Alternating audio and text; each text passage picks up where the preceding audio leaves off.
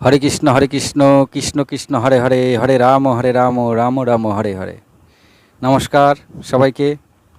যেসব মা বোনেরা আমার এই ভিডিও দেখছেন, দাদা ভাইরা আমার এই ভিডিওটা দেখছেন, এটা সমস্ত যেসব ভক্তরা এই ভগবানের কথা শুনছেন এখান থেকে, তার সাথে আমি হিন্দুদেরও বলছি, ভক্ত হিন্দু দুটো আমি আলাদা করে দিচ্ছি, কারণ সমস্ত হিন্দুই শাস্ত্র কথা ঠিকঠাক শোনে না।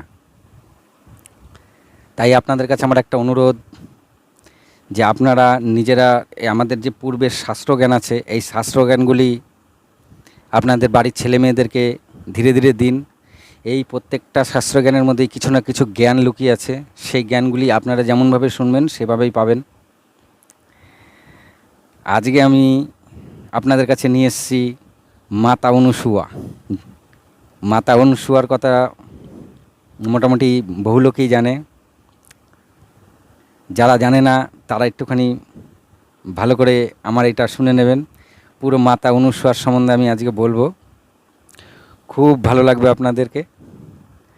আজকে মাতা অনুসুয়ার কথা শুরু করার আগে আমি আপনাদের কাছে একটা প্রশ্ন রাখছি। কংস যখন পুতনাকে পাঠালো শ্রীকৃষ্ণকে মারতে, এবং শ্রীকৃষ্ণকে মারতে এসে পুতনা মারা গেল। এখানে আমার কোশ্চেন হচ্ছে, পুতনা মানে কি? হরে কৃষ্ণ। যাদের জানা আছে পুতনা মানে কি, তারা আমাকে কমেন্টে দিয়ে দেবেন পুতনা মানে কি। হরে কৃষ্ণ। চলুন মাতা অনুসুয়ার কথা আমরা আজকে শুনব। নমস্কার। মাতা অনুসুয়াকে সর্বকালের শ্রেষ্ঠ সতীনারী বলা হয়। এর মেন ফ্যাক্টটা কোথায় চলুন বলি। মাতা অনুসুয়া কার কন্যা ছিল সেখানে যাই। আমি একটা ভিডিওতে অলরেডি দিয়েছি, কদ্দম ঋষি আর দেবহূতি যখন দুজনে বিবাহ করেছিল এবং বিমানে করে ঘুরছিল, তখন তাদের 9 কন্যা হয়। সেই 9 কন্যার মধ্যে এই অনুসুয়া ছিল এক কন্যা। এই অনুসুয়ার সাথে অত্রি ঋষির বিবাহ হয়। আর অনুসুয়া পতিব্রতা সতীনারী ছিল, আর অত্রি ঋষি তাকে খুবই ভালোবাসতেন, মাতা অনুসুয়াকে। যাই হোক, মাতা অনুসুয়ার চোখের আড়াল থেকে কোনো কার্যই এদিক ওদিক হতো না, মানে একদম সঠিক ছিল সব কিছু। তা একদিন বিষ্ণু দেখলেন যে লক্ষ্মী, সরস্বতী আর পার্বতী, এই তিনজনের মধ্যে একটু অহংকার দেখা গেছে। মানে তারা প্রমাণ করতে চাইছে যে তারাই সর্বশ্রেষ্ঠ সতীনারী, যেহেতু দেবী তারা, আর সবসময় প্রতি যা বলে সেই অনুযায়ী কার্যকারিতা করে, তাই তারা নিজেদেরকে একদম সর্বশ্রেষ্ঠ সতীনারী ভাবে আর কি। এটা বিষ্ণু একদিন দেখলেন একটু অহংকার আছে এই ব্যাপারে। তা সত্যিই অহংকার আছে কি না মানে বিষ্ণু অনুভব করলেন, কিন্তু তিনি একদম সম্পূর্ণ জানতেন না। তা সত্যিই তারা যে সতীনারী, সেটা অহংকারটা আছে কি না, তাই তিনি নারদকে আহ্বান করলেন। নারদকে স্মরণ করাতে নারদ এসে হাজির হলো। নারদকে যথারীতি বিষ্ণু বললেন, তুমি যাও তো লক্ষ্মীর কাছে, প্রথমে যাও লক্ষ্মীর কাছে, তারপরে পার্বতীর কাছে, তারপরে যাবে সরস্বতীর কাছে। তখন নারদ নমস্কার দিয়ে বলল, আচ্ছা ঠিক আছে প্রভু, কিন্তু কি ব্যাপার? তখন বিষ্ণু বলল, তুমি তাদের কাছে গিয়ে বলো অনুসুয়ার কথা। নারদকে আর কিছু বলতে হলো না, নারদ সব বুঝলেন। বলছেন, যা বলবেন প্রভু। তিনি সোজা চলে আসলেন লক্ষ্মীর যেখানে থাকে সেখানে, লক্ষ্মীর অন্তমহলে। লক্ষ্মী যে অন্তমহলে থাকে, সেই অন্তমহলে এসে দেখছে লক্ষ্মী সুন্দর করে তিনি মাটিতে আলপনা করছেন। তা যথারীতি মাতাকে নমস্কার দিয়ে বলল, প্রণাম মাতা। তা লক্ষ্মী ফিরে দেখলো নারদ এসছে। তা নারদ এসছে যখন বললো, আসো আসো, বসো বসো। তা কী খবর নারদ, অনেকদিন তো তুমি এদিকে আসোনি। তা নারদ বলল, যে মাতা, আমি পৃথিবী ভ্রমণে বেরিয়েছিলাম, তা এরকম ঘুরতে ঘুরতে আমি একবার অত্রি ঋষির আশ্রমে চলে গেছিলাম মাতা। সেখানে গিয়ে দেখলাম অত্রি ঋষির স্ত্রী অনুসূয়া এত পতিব্রতা সতী নারী যে আমি আর কখনো দেখিনি। তখন লক্ষ্মী বললেন, তাই নাকি? তা আমার থেকেও বেশি সত্যি, আমি বেশি সত্যি না অনুসূয়া বেশি সত্যি? তখন নারদ বললেন, মাতা, আপনি হলেন আমার মাতা, আপনি তো সতী নারী বটেই, কিন্তু মাতা অনুসূয়াকে মনে হলো তিনি যেন সম্পূর্ণ পূর্ণ পতিব্রতা সতী নারী। এতে লক্ষ্মীর একটু রাগ হলো ভেতরে ভেতরে। আর তিনি নারদকে মনে মনে বললেন, খাও আমাদের, সব কিছু করো আমাদের, আর তুমি গুণ গাও হচ্ছে অনুসূয়ার। তো মাতা লক্ষ্মী যথারীতি তার আলপনা ঠালপনা ফেলে দিয়ে বিষ্ণুর কাছে ছুটলেন। বিষ্ণুকে গিয়ে বললেন, স্বামী, আপনাকে আমাকে এখন একটা কথার জবাব দিতে হবে। তা বিষ্ণু বলছে, বলো। বলছে, আমি কি সতী নারী কি সতী নারী না? তা বিষ্ণু বলছে, হ্যাঁ, তুমি তো সতী নারী এবং সর্বশ্রেষ্ঠ সতী নারী। কয়, সত্যি বলছেন? তা বিষ্ণু হাসে, কেন কেন? বলে, নারদ আমাকে বলল যে পৃথিবীতে নাকি অনুসূয়া নামে কেউ আছে, সে নাকি সবচেয়ে বড় সতী নারী। বিষ্ণু তখন হেসে বলল, হ্যাঁ হ্যাঁ হ্যাঁ হ্যাঁ, অনুসূয়া একজন আছে, সে কিন্তু খুব সতী নারী। তখন বলছে, তাহলে সে সব বেশি সতী না আমি বেশি সতী? কয়, সেটা তো আমি বলতে পারবো না, তো চেক করতে হবে। বিষ্ণু আর কি লক্ষ্মীকে রাগাতে চাইল না। লক্ষ্মী তখন বিষ্ণুকে বলল, তুমি তো অনেক কিছু করো, আমি যাতে পৃথিবীর মধ্যে সর্বশ্রেষ্ঠ সতী নারী থাকতে পারি, তার জন্য তুমি অনুসূয়ার যে সতী নারী সেটাকে তুমি ভঙ্গ করতে হবে তোমাকে। বিষ্ণু বলল, তাই কখনো হয়? আমি কেন তার শুধু শুধু করতে যাব? লক্ষ্মী নাছর বান্দা, না করতেই হবে। তো বিষ্ণু বলল, ঠিক আছে, আমি তোমার জন্য একটুখানি করব। নারদের দিকে লক্ষ্মীর ওখান থেকে সোজা চলে গেছে পার্বতীর ওখানে, গিয়ে দেখে পার্বতী পুজো দিচ্ছে। তা নারদ গিয়ে যে নমস্কার দিয়েছে, মাতা নমস্কার, তা পার্বতী ফিরে দেখে নারদ এসছে। তা বলছে, পুত্র বসো। তা পুত্রর হাতে একটা লাড্ডু দিয়েছে নারদকে খেতে। তা নারদ সেই লাড্ডুটাকে বলছে, আ হা হা হা, কী স্বাদ! মাতা, আপনার হাতের লাড্ডু এত স্বাদ যে সেটা ভোলার মতন না, কিন্তু এর থেকেও আমি একটুখানি বেশি স্বাদ পৃথিবীর একজনের কাছে খেয়েছি। তো পার্বতী হাসি মুখটা একটু মলিন হয়ে গেল।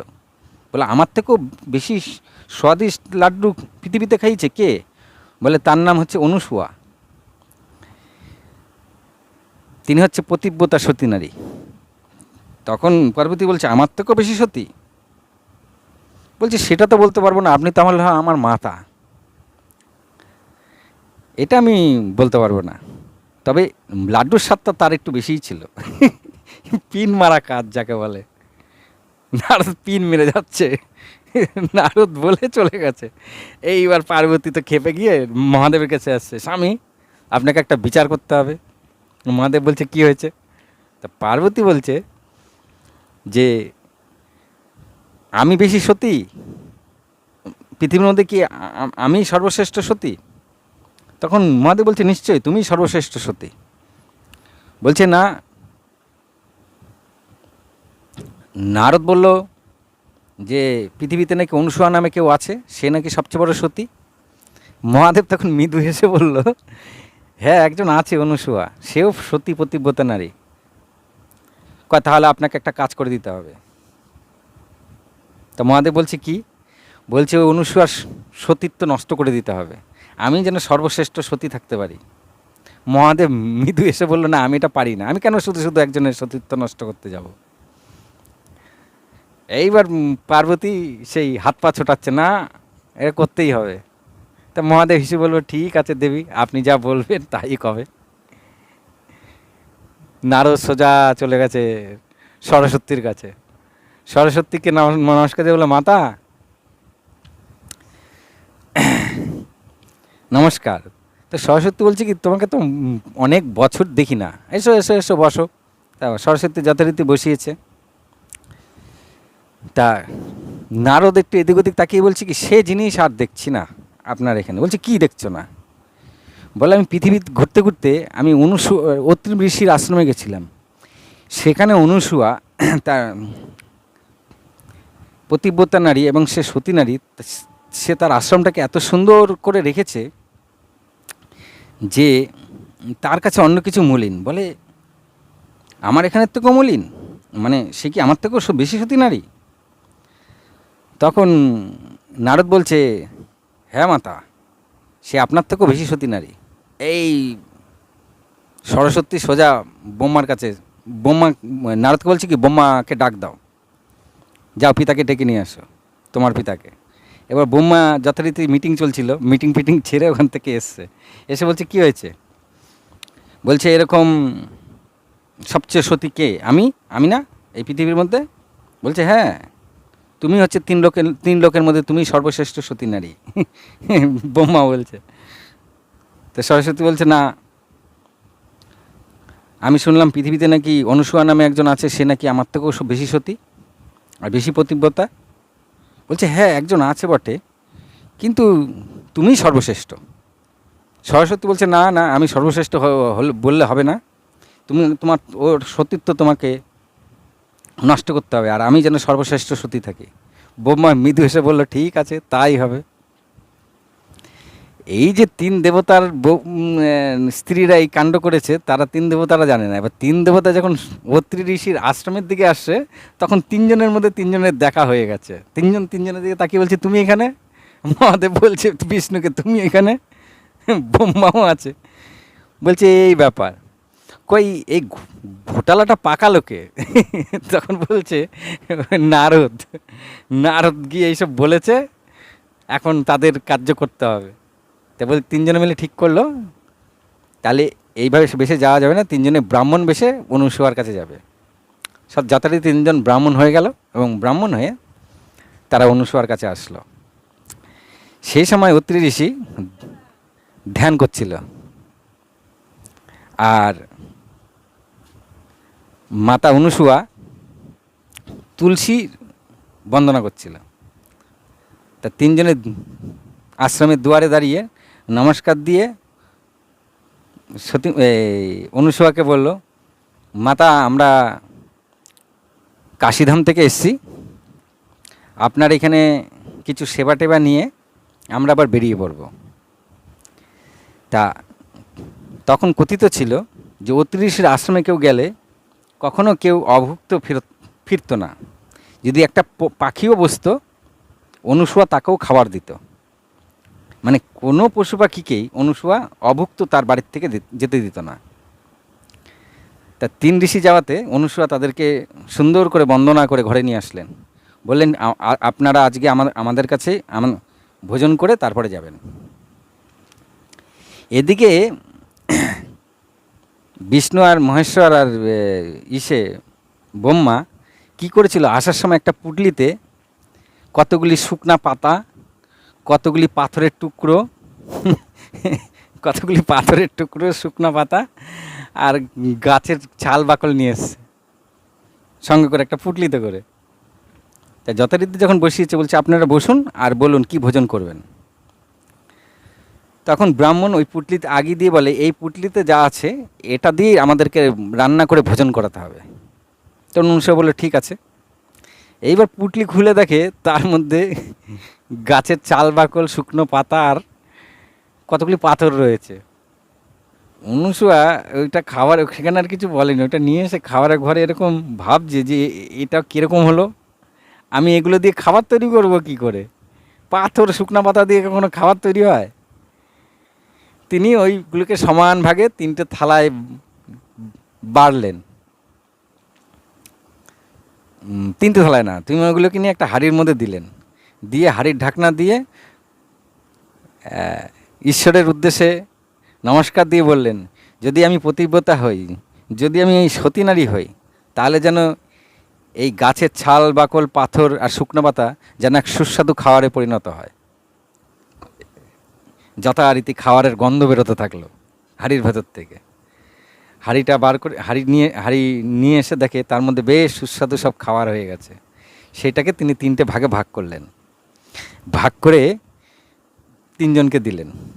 তারা 3জন সেই খাবার দেখেও যারা চিন্তা করছে সেই পাথর পুতরগুলোকেও খাবার বানিয়ে দিয়েছে অনুসুয়া। তারা চিন্তা করলেন এ তো হলো না, মানে কাজ হলো না ঠিক। তখন তারা খাওয়ার না খেয়ে চুপচাপই বসে আছে। তখন অনুসুয়া জিজ্ঞাসা করছে, আপনারা খাবেন না? তখন ব্রাহ্মণ বলছে যে আমরা তখনই খাবো যখন আপনি বিবস্ত্র হয়ে আমাদেরকে খাবার দেবেন, আর না হলে না খেয়ে আমরা এখান থেকে চলে যাবো। এবার অনুসুয়া তো কাউকে না খাইয়ে ছাড়বে না। এইবার যেই বলেছে বিবস্ত্র হয়ে আপনি যখন খাবার দেবেন তখনই খাবো, তখন অনুসুয়া চিন্তা করছে এই আবার কেমন ঋষি, এ আদৌ ঋষি তো? নানান কথা চিন্তা করতে করতে তিনি তাদেরকে কিছু বললেন না। তাদেরকে বললেন ঠিক আছে, একটু পর আমি এসে দিচ্ছি। তিনি দৌড়িয়ে আসলেন অত্রি ঋষির কাছে। অত্রি ঋষি তখন ধ্যান করছে। অত্রি ঋষি ডেকে স্বামীকে বললেন, স্বামী এই ব্যাপার, 3জন এসছে, তারা বলছে বিবস্ত্র হয়ে তাদেরকে সেবা দিতে, না হলে তারা চলে যাবেন অভুক্ত। তা অত্রি বলছে তোমার এখান থেকে তো কেউ অভুক্ত আজ পর্যন্ত যায়নি, তা এদেরকেই তুমি অভুক্ত কেন পাঠাবে? তারা বিবস্ত্র হয়ে তোমাকে যখন বলেছে খাবার দিতে, তুমি বিবস্ত্র হয়ে দাও। তখন অনুসুয়া চিন্তায় পড়ে গেছে, আর অত্রি ঋষির দিকে তাকিয়ে বলছে, আপনি কি বলছেন স্বামী, আমি বিবস্ত্র হয়ে তাদেরকে খাবার দেবো? বলছে তারা চাইছে তুমি বিবস্ত্র হয়ে তাকে খাবার দাও, তা তোমাকে তো বিবস্ত্র হয়ে খাবার দিতে হবে, না তো তারা না খেয়ে চলে যাবে। এবার তোমার ইচ্ছা, তুমি তাদেরকে না খাইয়ে ছাড়বে না বিবস্ত্র হয়ে খাবার দেবে। অনুসুয়া এবার বসে চিন্তা করতে করতে আসছে যে কি করা যায়। চিন্তা করতে করতে এসেই মানে চিন্তা করতে যায় যখন আসে তখন অত্রি ঋষি পেছন দিয়ে ডাক দিয়েছে, বলে এদিকে আসো। তা অনুসুয়া আবার এসছে। তখন অত্রি ঋষি তার কমণ্ডল থেকে একটু জল দিয়েছে অনুসুয়ার হাতে। বলছে হ্যাঁ, বলছে এই জলটা নিয়ে ওই 3জনের গায়ে ছিটিয়ে দাও, দিয়ে তারপরে বিবস্ত্র হয়ে তাদেরকে খাওয়াও। তো অনুসুয়া বলছে ঠিক আছে, আপনি যেমন বলবেন স্বামী, আমি বিবস্ত্র হয়ে তাদেরকে খাবার প্রদান করব। তা ওই জলটা নিয়ে এসে 3 ব্রাহ্মণের গায়ে ছেটা দিয়ে দিয়েছে।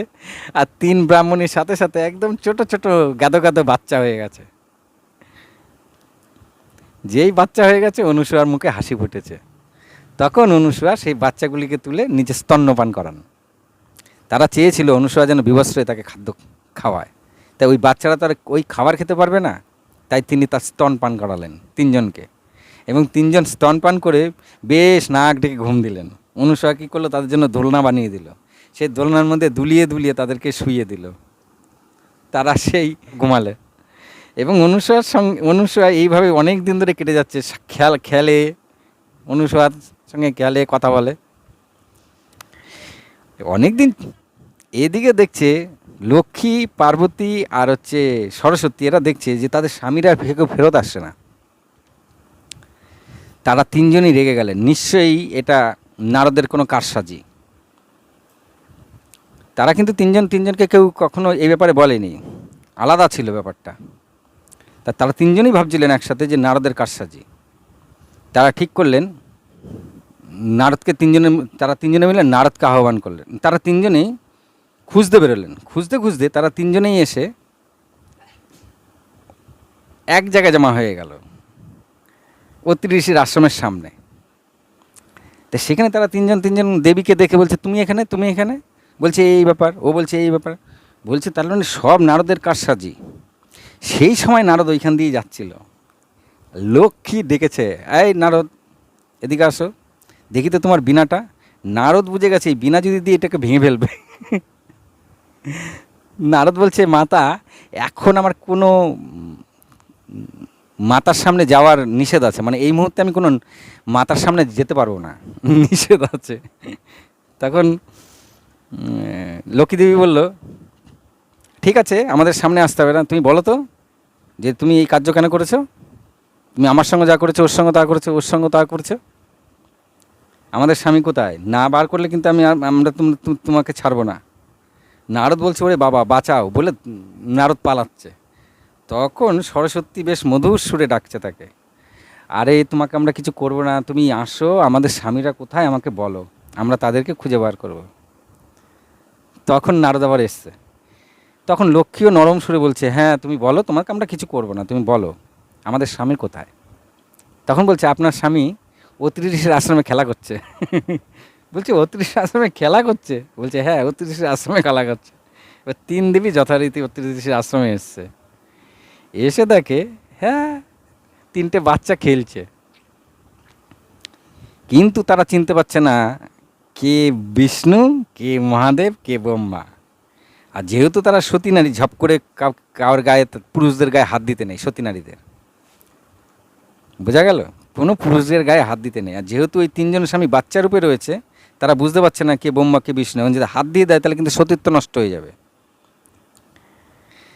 তখন অনুসুয়া বেরিয়ে এসছে, বলছে, কে আপনারা, কে দেবী, আপনারা এখানে কেন এসছেন? তখন তারা বলছে, আমরা এই আমাদের স্বামীরা এখানে এসছে। বলছে, হ্যাঁ তিনজন এসছিল, তারা তো বললো কাশি থেকে এসছে, ওই সেই তিনজনকে আমি বাচ্চা করে রেখে দিয়েছি। বলছে, ওই তিনজনই আমাদের স্বামী। বলছে, ঠিক আছে, তাহলে তোমাদের স্বামী যখন নিয়ে যাও। এখন বাচ্চাদের নিয়ে গিয়ে কী করবে দেবীরা? দেবীরা সব বড় বড়। সেখানে অত্রি ঋষি এসছে। অত্রি ঋষি বলছে, এগুলো তো আমার পুত্র, আমার পুত্র এখনও বড়ই হলো না, তাদের আবার স্ত্রী এসে গেল কোত্থেকে? তোমরা তো কত বড় বড়, তো কখনো একটা বাচ্চার সঙ্গে এত বড় একটা স্ত্রীর বিবাহ হয়? তোমরা যে বলছে এর আমার স্বামী। অত্রি ঋষি বলছে, অনুষা বলছে, হ্যাঁ ঠিকই তো, তোমাদের বয়স দেখো আর এই বাচ্চার বয়স দেখো, এ তো সেদিনকে জন্মালো, আর এখনই তার স্ত্রী হয়ে গেল কোত্থেকে? তিন দেবী তখন কাঁদো কাঁদো অবস্থা। তখন তিন দেবী একসাথে অনুষাকে নমস্কার করে বলল, মাতা আমাদের ভুল হয়েছে, আপনি আমাদের স্বামীকে ফিরিয়ে দিন। তখন অত্রি ঋষি অনুষার হাতে আবার একটুখানি কমণ্ডলের জল দিলেন, বলো দাও এই বাচ্চাদের গায়ে ছিটিয়ে দাও। যেই ছিটিয়ে দিয়েছে, তিনজন আবার মহাদেব, ব্রহ্মা, বিষ্ণু আসল রূপে এসে গেছে। তারা আসল রূপে এসেই মৃদু মৃদু হাসছে সবাই। এইবার তো তারা বলছে, আমরা ভুল করেছি, দেবীরা বলছে ওদেরকে যে আমরা ভুল করেছি। আর ব্রহ্মা, বিষ্ণু, মহেশ্বর তিনজনই অনুসূয়ার উপরে খুব খুশি, কারণ তারা তিনজন ব্রাহ্মণ সেজে কিন্তু বিবস্ত্র হয়ে অনুসূয়ার কাছে খেতে চেয়েছিল, আর অনুসূয়া কিন্তু তাদেরকে বিবস্ত্র হয়েই খাইয়েছিল। বোঝা গেল? কিন্তু একটা বাচ্চার কাছে বিবস্ত্র আর বস্ত্র কোনো ব্যাপারই না, ব্যাপারটা এইখানে অনুসূয়া বুদ্ধি খাটিয়েছিল সেখানে। তা যাই হোক, তখন যখন চলে যাবে, তখন অনুসূয়া কাঁদো কাঁদো মুখে দাঁড়িয়ে আছে। তখন দেবী আর ত্রিদেব জিজ্ঞাসা করলো, কি হয়েছে, তুমি এরকম কাঁদো কাঁদো মুখ কেন? তখন অনুসূয়া বলছে যে, আমি যে আপনাদের তিনজনকে এই যে লালন পালন করছিলাম, আমার মাতৃত্বের ভাব এসছে, কিন্তু আমার তো সন্তানাদি নেই। তা ত্রিদেব বলল যে, কি চাও তুমি?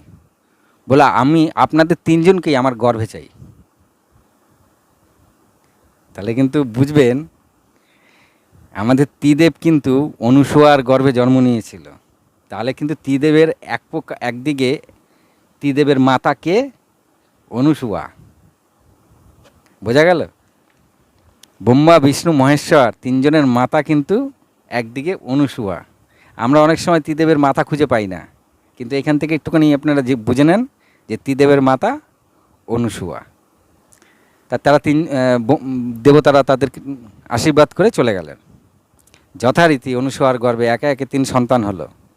বিষ্ণু থেকে জন্ম নিল হচ্ছে দত্তাত্রেয়, মহাদেবের থেকে জন্ম নিল হচ্ছে দুর্বাসা মুনি, আর ব্রহ্মা থেকে জন্ম নিল চন্দ্র। এখানে একটা কথা বলি, এই যে চন্দ্র, অনেকে বলে না আমরা চন্দ্রবংশীয়, এই চন্দ্র কিন্তু ওই চন্দ্র, ওই চন্দ্র থেকে চন্দ্রবংশ শুরু হয়েছে। অত্রি ঋষির থেকে চন্দ্রবংশ শুরু হয়েছে, আর কাশ্যপ ঋষি থেকে সূর্যবংশ শুরু হয়েছে। দুটো বংশ কিন্তু আমি পরিষ্কার হয়ে গেল। কাশ্যপ ঋষির থেকে সূর্যবংশ শুরু হয়েছে, আর অত্রি ঋষির থেকে চন্দ্রবংশ শুরু হয়েছে। এই চন্দ্র কে ছিল? ব্রহ্মার পুত্র ছিল, মানে ব্রহ্মার অংশ ছিল। তিনজনেই অনুসূয়ার গর্ভে জন্ম নিল। এইবার এই অনুসূয়ার সতীত্বটার শক্তি এতটাই ছিল, একবার ইন্দ্র ভাবছিল মনে মনে যে দেবতাদের কাছ দিয়ে অনুসূয়া আমার যদি সিংহাসন চেয়ে নেয়। সেই ভয়ে একবার ইন্দ্র এসছে অত্রি ঋষির আশ্রমে। অত্রি ঋষির আশ্রমে যখন দেখলো অত্রি ঋষি নেই, তখন ইন্দ্র অত্রি ঋষির রূপ নিয়ে অনুসূয়ার কাছে আসলো। তখন অনুসূয়া ধ্যান করছিল বসে বসে। তা অত্রি ঋষির রূপে তখন তো ইন্দ্র ছিল। তখন ইন্দ্র অত্রি ঋষির বেশে অনুসূয়াকে বলছে, চলো আর কতক্ষণ ধ্যান করবে, চলো তোমার সঙ্গে আমার ঘরে কথা আছে, ঠিক আছে? তা অনুসূয়া তাকিয়ে দেখে অত্রি ঋষি। তখন অনুসূয়া বলছে, আমি একটু পরে যাচ্ছি। আর ইন্দ্র তো তার সতীত্ব নষ্ট করার জন্য এসছে, নাহলে যদি তার সিংহাসন চলে যায়। যেই অনুসূয়াকে ধরতে যাবে, ধরলেই তো সতীত্ব নষ্ট হয়ে যাবে। যেই ধরতে যাবে, অনুসূয়ার শরীর থেকে একটা জ্যোতি বেরোয়। আর সেই জ্যোতির তেজ এত যে অতি ঋষি বেশে ইন্দ্র ছিটকিয়ে গিয়ে পড়ে। তখন ধর্মড়িয়ে অনুসূয়া ধ্যানের থেকে উঠেছে, উঠে বলছে, তুমি কে? যদি স্বামী হতো আমাকে তো সে ধরে নিত, তুমি আমাকে তো ধরতে পারলে না, তোমাকে আমি অভিশাপ দেবো। তো ভয়ের চোটে ইন্দ্র নিজের রূপে এসে গেছে, বলছে, ক্ষমা করুন মাতা, আমার ভুল হয়েছে। বলছে, তুমি আমার সতীত্ব নষ্ট করতে এসছো? তোমার তো এত বড় সাহস কে দিয়েছে? বলছে, মাতা আমার ভুল হয়ে গেছে। বলে, তোমাদের দেবতাদের এই স্বভাবটা কখনো গেল না, তোমরা কারো কোনো ভালো জিনিসই দেখতে পাও না। তুমি কত ওর সতীত্ব নষ্ট করে তুমি আমারও সতীত্ব নষ্ট করতে চলে এসছো। এইবার তো যাতে অভিশাপ না দেয়, এর জন্য ইন্দ্র একদম পরিমরি পায়ে পড়ার মতন, আমাকে ছেড়ে দিন মাতা, আমাকে ছেড়ে দিন, আমি আর এরকম হবে না। তখন ইন্দ্রকে কড়া নির্দেশ দিল যে নেক্সট টাইম যদি এরকম কখনো হয়, তখন কিন্তু আমি ছাড়বো না। তো ইন্দ্র পরিমরি সেখান থেকে পালিয়ে যায়। কিন্তু অনুসূয়া তাকে কিছুই বলে না, অনুসূয়া আবার ধ্যান করে। অনুসূয়ার একটা শেষ কথা বলে আমি এখানে শেষ করব। একবার কৌশিকী ব্রাহ্মণ নামে এক ব্রাহ্মণ ছিল, তার সারা গায়ে কুষ্ঠ ছিল, আর তার স্ত্রীও সতী ছিল। সেই কুষ্ঠর সারাদিন সেবা করতো তার স্ত্রী, আর দিনরাত স্বাভাবিক সেবা করতো। তবুও তিনি তার স্ত্রীকে দেখতে পারতেন না। তার নাম হচ্ছে কৌশিকী ব্রাহ্মণ। তিনি একবার এক বেশ্যাকে দেখে তার পছন্দ হয়, তাই স্ত্রীকে বলে, আমাকে বেশ্যার বাড়ি নিয়ে চলো। তাই স্ত্রী পতিব্রতা ছিল, স্ত্রী তাই নিয়ে যেতে থাকলো। মানে সতী নারী বা পতিব্রতা নারীর একটাই কথা, যে স্বামী যা চায় তাকে তাই দিয়ে দাও। মানে কোনো কথার কোনো প্রতি উত্তর না দেওয়াই হচ্ছে মেনলি হচ্ছে পতিব্রতা। তা তিনি বেশ্যার কাছে যেতে দেন, তাই তার স্ত্রী বললেন, ঠিক আছে চলো, আমি তোমাকে বেশ্যার কাছে নিয়ে যাচ্ছি। তা বেশ্যার কাছে নিয়ে যাচ্ছিল, সে সময় ছিল সন্ধ্যা, রাত্রি হয়ে গেছে। তা সেই পথে চোরের বদনামে ঋষির শাস্তি দেওয়া হয়েছিল শুলের মধ্যে। সেই শুলের মধ্যে বাড়ি খায়, এবং বাড়ি খেলে তিনি প্রচণ্ড রেগে গিয়ে কৌশিকী ব্রাহ্মণকে অভিশাপ দেন যে কাল পাতে সূর্য ওঠার সময় তার মৃত্যু ঘটে যাবে। এতে তার পতিব্রতা নারী চিন্তা করলো, যদি আমার স্বামী মরে যায় তাহলে আর আমার কিছু থাকলো না। তিনি সাথে সাথে ঈশ্বরের উদ্দেশ্যে বললো, আমি যদি পতিব্রতা, আমি যদি সতী নারী হই, তাহলে কালকে আর সূর্য উদয় হবে না। তা সূর্য উদয় না হওয়াতে এই জগতের টালমাটাল শুরু হয়। সেই টালমাটাল ঠেকাতে দেবতারা বিষ্ণুর কাছে যায়। বিষ্ণু তখন দেবতাদের উদ্দেশ্যে বলে, তোমরা এর থেকে একজনই বাঁচাতে পারে, সে হচ্ছে অনুসূয়া মাতা, তোমরা সবাই মিলে অনুসূয়ার কাছে যাও। তা যথারীতি দেবতারা যখন অনুসূয়ার কাছে এসে সমস্তটা খুলে বলে যে এরকম কৌশিকী ব্রাহ্মণের পত্নী হচ্ছে সতী নারী, আর তিনি সূর্য উদয় হতে দিচ্ছেন না। তখন যথারীতি অনুসূয়া সেখানে এসে তাকে বোঝায় যে তোমার একজনকে বাঁচাতে তুমি পুরো বিশ্ব সংসারকে বিপদে ফেলে দিয়েছো। তখন সে নারী বলছে, সব তো ঠিক আছে, কিন্তু আমার পতি আমার কাছে সব, আমার পতি যদি না থাকে তাহলে আমার কাছে বিশ্ব সংসার দিয়ে আমি কী করব। তখন বলল যে তুমি তোমার এই সংকল্প থেকে বেরিয়ে আসো, আমি তোমার স্বামীকে জীবিত করে দেব। তা যথারীতি সেই নারী যখন তার সংকল্প ছেড়ে দেয়, যেই সূর্য উদয় হয় সাথে সাথে তার স্বামী মারা যায়। তারপরে অনুসূয়া আবার ঈশ্বরের উদ্দেশ্যে বলে, আমি যদি সতী নারী হই তাহলে এই ব্রাহ্মণের প্রাণ এখনই ফিরিয়ে দেন। তা ব্রাহ্মণ প্রাণও ফিরে পায় এবং তার যে শরীরে সারা শরীরে কুষ্ঠ ছিল সেই কুষ্ঠও সারিয়ে দেয় অনুসূয়া, এবং সে এক অপরূপ যুবকে তৈরি হয়, মানে দেবতাদের মতন তাকে দেখতে সুন্দর হয়। আর সেই সাথে সেই কৌশিকের ব্রাহ্মণ যে তার পত্নীকে দেখতে পারতো না, সে সব কিছু ফিরে পেয়ে তার পত্নীকে তিনি খুব ভালোবাসলেন এবং কৌশিকের ব্রাহ্মণ তার ভুল তিনি বুঝতে পারলেন। তাহলে সতী নারীর কতটা জোর আপনি বুঝতে পারছেন। এই অনুসূয়া নারী এই বিশ্বজগৎকে কিন্তু এখান থেকেও রক্ষা করেছিল, নাহলে কিন্তু ওই সতী নারী কিন্তু সূর্য উদয় হতে দিচ্ছিল না। সেখানে ওই অনুসূয়া এসে তাকে বুঝিয়ে টুজিয়ে আবার সব ঠিক করে দেন। তারপরে আবার অনুসূয়া নিজের আশ্রমে ফিরে আসেন। লাস্ট জীবনে অনুসূয়া ব্রহ্মজ্ঞান লাভ করেছিল, কারণ তিনি শিবের ভক্ত ছিল, তিনি শিবের নাম জপত সবসময়। লাস্ট জীবনে ব্রহ্মত্ব লাভ করে তিনি পরমলোক ধাম চলে যান।